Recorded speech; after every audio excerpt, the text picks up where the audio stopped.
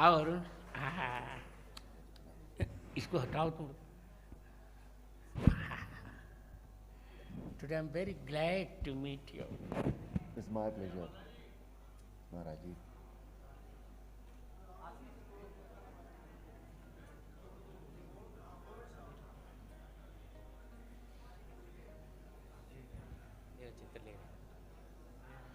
नहीं, मैं कह रहा हूँ उधर से हट जाओ, सब लोग।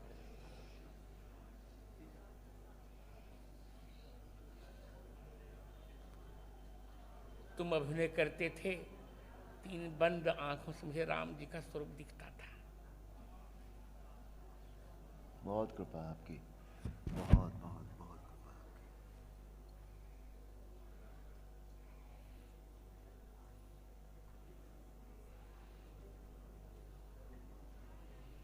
भले और लोगों ने अरुण को अरुण देखा हो, पर ये जब अभिनय करते थे तब इनमें राम जी का आवेश होता था।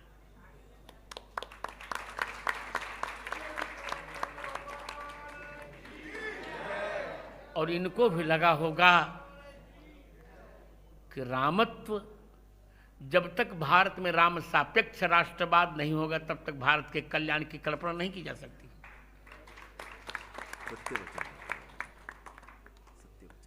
यदि कोई संवाद कंठस्थ हो राम जी का तो मैं दूंगा ही, कंठस्थ हो तो। जी जरूर। अच्छा, मैं दे रहा। जैसी आपकी। मैं अपने वक्तव्य में ही अरुण गोविल को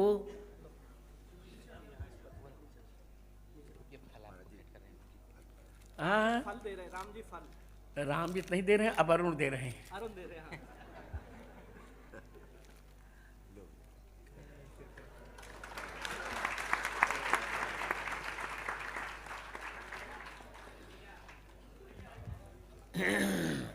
अरुण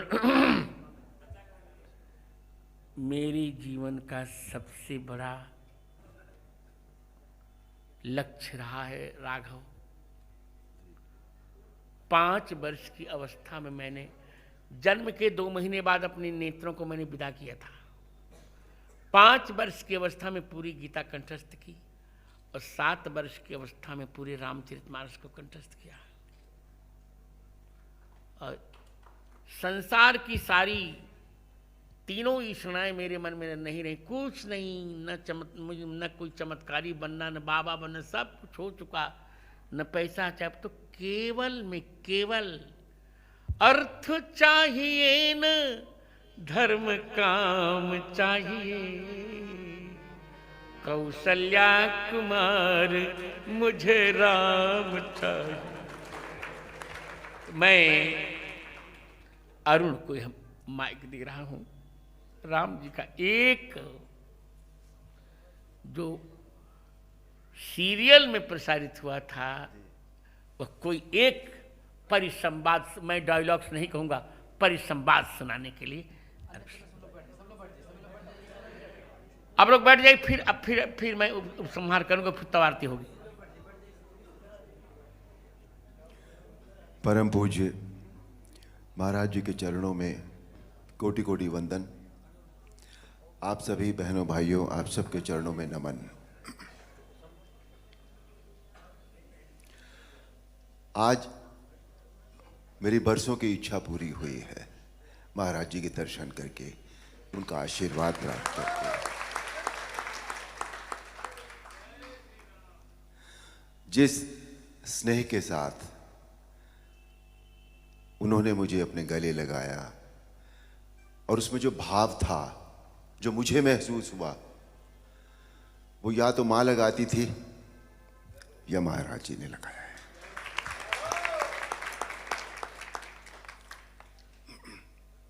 महाराज जी की आज्ञा हुई है रामायण का एक परिसंवाद सुनाने की। एक प्रसंग है जो हमारी रामायण थी उसमें, कि रावण जब पहली बार भगवान राम के सामने युद्ध क्षेत्र में आते हैं तो उनका सामना सभी से होता है। पहले हनुमान से भी होता है, सुग्रीव से भी होता है, सभी लोगों से होता है। पर कोई भी रावण को कुछ कर नहीं सका था, क्योंकि इतने वरदान थे उनके पास। पर संध्या होते होते जब वो भगवान राम के सामने जा पहुंचे तो भगवान राम ने उनके रथ का पहिया, उनकी ध्वजा रथ की, उनकी खड़क, सभी कुछ तहस नहस कर दिया।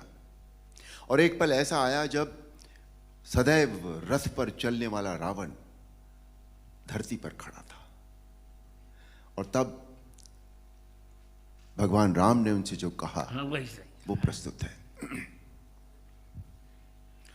वाह रावण वाह, भगवान शिव के त्रिशूल की भांति प्रचंड वायुपुत्र हनुमान की मुष्टिका का प्रहार तुमने सह लिया।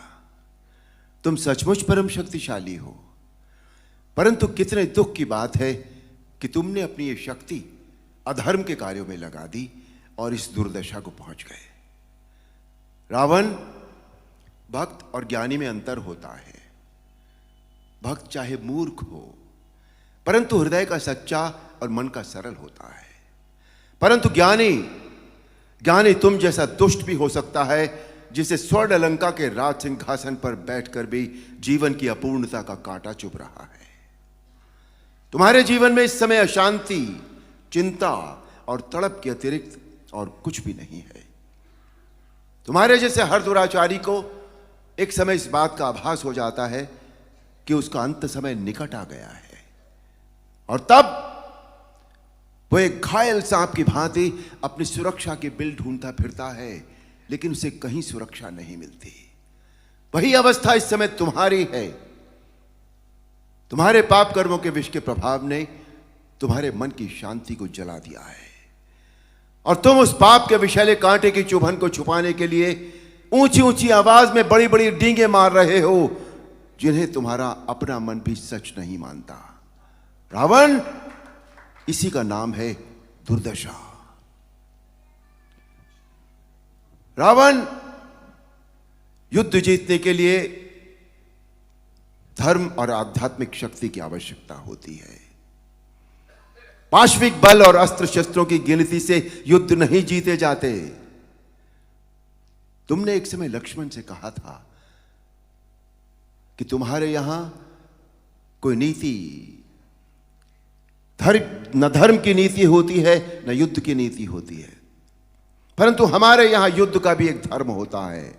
हम निहत्थे शस्त्रहीन शत्रु पर कभी वार नहीं करते। यह है रघुवंशों की वीरता।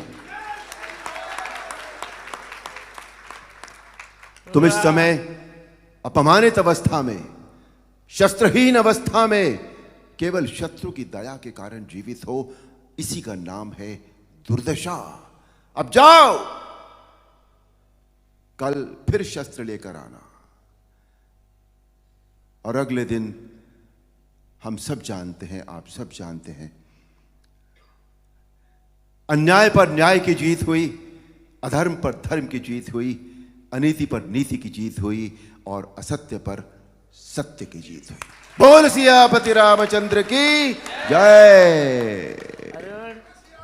महाराज जी, आज मैं तुम्हें क्या दूं? महाराज जी, आपने इतना ही दूंगा।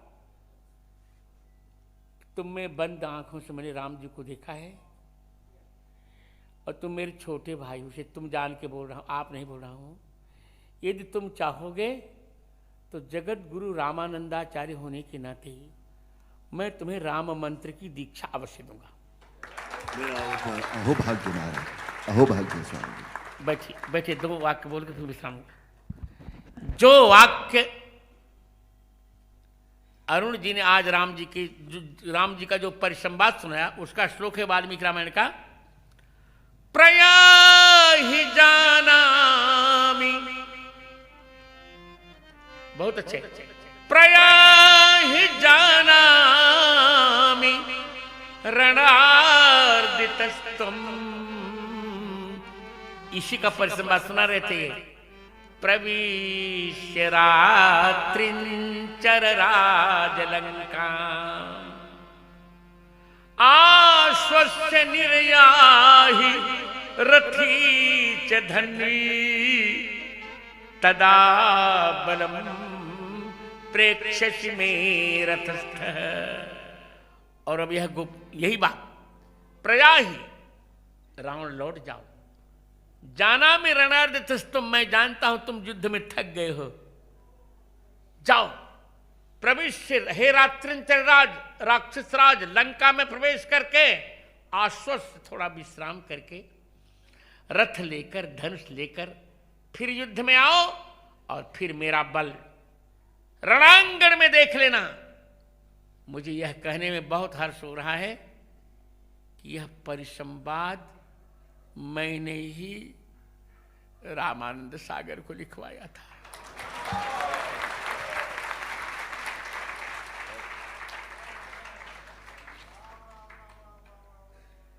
तो अब चलते हैं।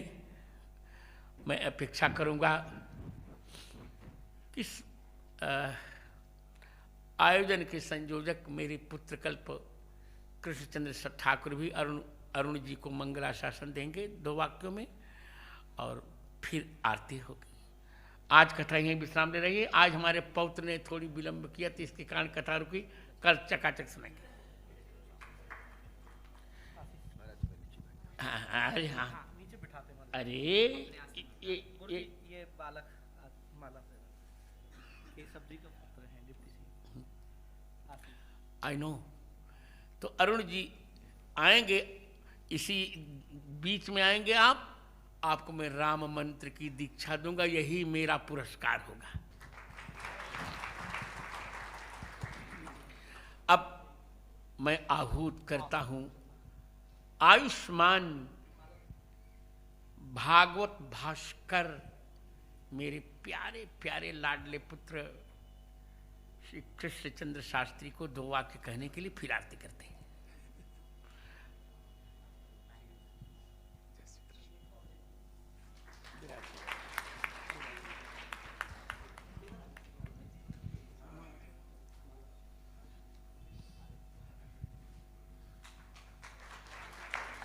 वसुदेव सुतं देवं कंसचाणूरमर्दनं देवकी परमानंदं कृष्णं वंदे जगद्गुरुं।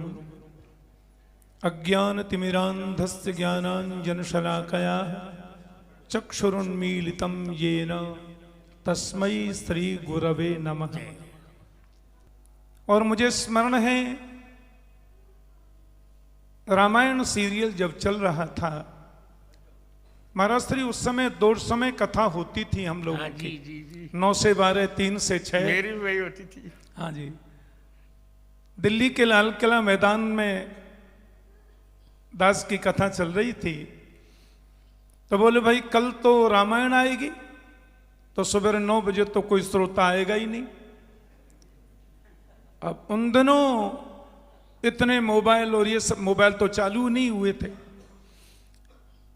तो रामकृष्ण सेवा संस्थान जिसने वो कार्यक्रम आयोजित किया था, लाखों लोग आते थे कथा श्रवण करने, तो उन्होंने कहा कि महाराज जी कल रामायण आएगी सुबेरे, और वो रामायण जब आती है तब तो बाजार में कर्फ्यू लग जाता है।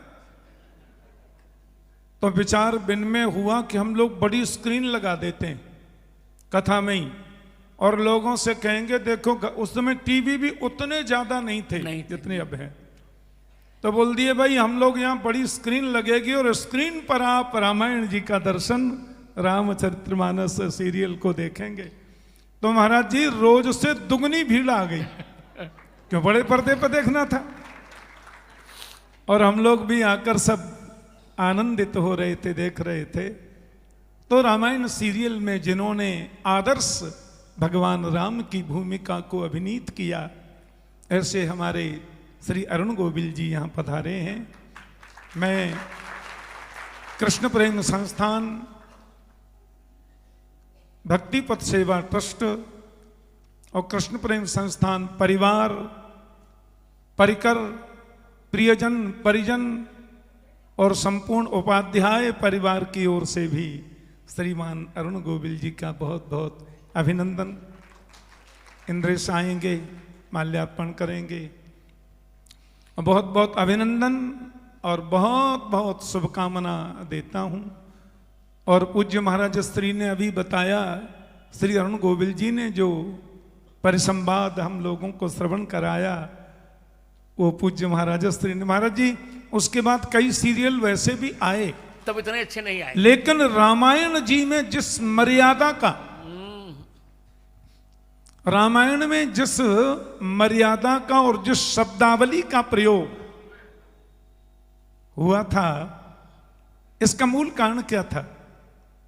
मैंने देखा श्री रामानंद सागर जी ने रामायण सीरियल की संरचना से पहले भारत के समस्त शीर्ष संत विद्वानों से मिलन किया, उन सबके चरणों में जाके बैठे, सबसे शास्त्रीय सम्मति प्राप्त की।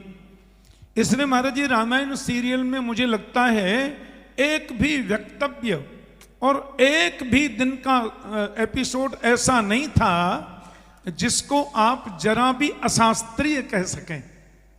इसलिए और उसके जितने पात्र थे वो सबने भी किस मर्यादा का अनुपालन जीवन में किया। तो ये सब देवो भूत्वा देवम यजेत, ये शास्त्र की आज्ञा है। आहार शुद्धौ सत्व शुद्धि सत्व शुद्धौ ध्रुवा स्मृति, और सीधी भाषा में कहते हैं जैसा खाओ अन्न वैसा होवे मन, जैसा पियो पानी वैसी होवे। तो मुझे उन दिनों हम लोग युवा थे महाराज जी, तो सब एक एक बात इन लोगों के बारे में जानते रहते थे। तो मुझे लोगों ने बताया कि सीरियल में जितने लोग भी काम कर रहे हैं वो सब उस दरमियान प्योर वेजिटेरियन हैं, खान पान की शुद्धि, रहन सहन की शुद्धि, पवित्रता का पूरा ध्यान रखते हैं। और हमारे अरुण गोविल जी के प्रति तो लोगों के अंतस्थ में ऐसी भावना जागृत हुई है कि मुझे लगता है रामायण सीरियल पूर्ण होने के बाद वर्षों तक लोग इनका नाम ही नहीं जानते। राम जी कहते थे कि राम जी आ गए, राम जी का दर्शन।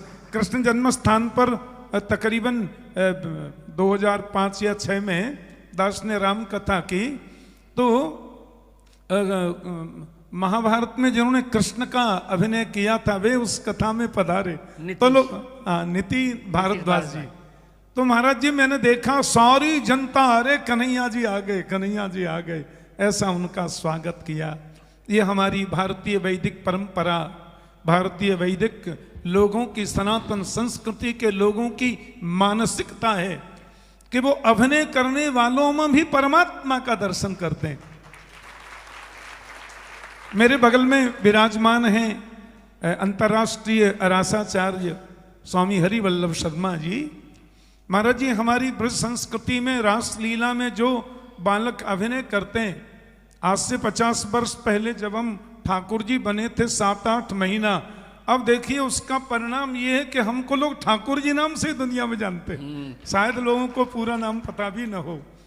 तो महाराज जी हमारे यहाँ का नियम है कि जब ठाकुर जी का रूप लेकर के बालक मंच पर बैठता है तो उसके पिताजी भी साष्टांग प्रणाम करते हैं, उसके बाद लीला आरंभ करेंगे। क्या सुंदर ये संस्कृति है। और वही मूर्त रूप हमें योगी जी में देखने को मिल रहा है। अयोध्या की कितनी प्राचीन रामलीला, जब उसमें वो आते हैं कैसा पूजन करते हैं, उन स्वरूपों का पूजन करेंगे, साष्टांग दंडवत करेंगे, आरती करेंगे। ये हमारी संस्कृति है, ये हमारी परंपरा है। तो मैं बहुत बहुत अभिनंदन करता हूँ श्री अरुण गोविल जी का, और भगवान करे शरीर वर्चस्वमायुष्यमारोग्यमाविधात क्षौभमानम महीयते धनम धान्यम पशुम बहुपुत्र लाभम बहुत स्वास्थ्य लाभम बहुत समृद्धि लाभम सत्संवत्सरम दीर्घमायु। एक ब्रजवासी ब्राह्मण होने के नाते बहुत बहुत शुभकामना आपके प्रति। और महाराज जी आपके चरणों में बार बार प्रणति, बार बार प्रणाम। तो चलिए अब हम लोग आरती करेंगे। कल से फिर समय पर हैं, कल से इंद्रेश कहीं नहीं जाएगा। अब बोलिए सियावर रामचंद्र भगवान की। हाँ जल्दी। देखिए आज कितना अद्भुत संयोग है। एक समय इसी भारतवर्ष पर महर्षि वशिष्ठ जी ने प्रभु श्री राम को पढ़ाया था और उन्हें दीक्षा दी थी। और आज देखिए पूज्यपाद सद्गुरुदेव भगवान वशिष्ठ गोत्र के ब्राह्मण हैं और जैसा कि पूज्यपाद सद्गुरुदेव ने बताया कि मैं श्री अरुण गोविल जी को दीक्षा दूंगा। देखिए कितना अद्भुत संयोग है। गुरुदेव भगवान भी आज वशिष्ठ गोत्र के ब्राह्मण हैं और यहाँ पर अरुण जी उपस्थित हैं और गुरुदेव ने उन्हें दीक्षा की घोषणा दी है। और जैसे आप सबने देखा, जैसे गुरुदेव भगवान ने उन्हें गले लगाया तो वैसा ही अनुभव हुआ जैसे वशिष्ठ जी प्रभु श्री राम को गले लगा रहे हैं। तो आइए इस संयोग के आप सभी साक्षी बने। अत्यधिक विलंब ना करते हुए आइए आज की मंगलमय आरती करते हैं। यह आरती भी मेरी रचना है संस्कृत की। चलिए। वंदे भागवतम प्रभु वंदे भागवतम वेद कल्पतरु सुफलम वेद कल्पतरु सुफलम वेद व्यास कृतं प्रणमामि त्वां प्रणमामि श्री शुककीर मुखज्योत कृष्णामृतमहितं प्रभु कृष्णामृतमहितं द्वादश दिव्यस्कन्धं द्वादश दिव्यस्कन्धं ज्ञानविरति सहितं प्रणमामि त्वां प्रणमामि ब्रह्म सर्गमन्तर कपिलादिक जुष्टं प्रभु कपिलादिक जुष्टं ध्रुव प्रहलाद चरित्रं ध्रुव प्रहलाद चरित्रं भावुकतापुष्टं प्रणमामि त्वां प्रणमामि परम भागवत सुयसो गजपति सौभाग्यं प्रभु गजपति सौभाग्यं सिंधु मथन बलिदानं सिंधु मथन बलिदानं विलसित वैराग्यं प्रणमामि त्वां प्रणमामि विशद भगव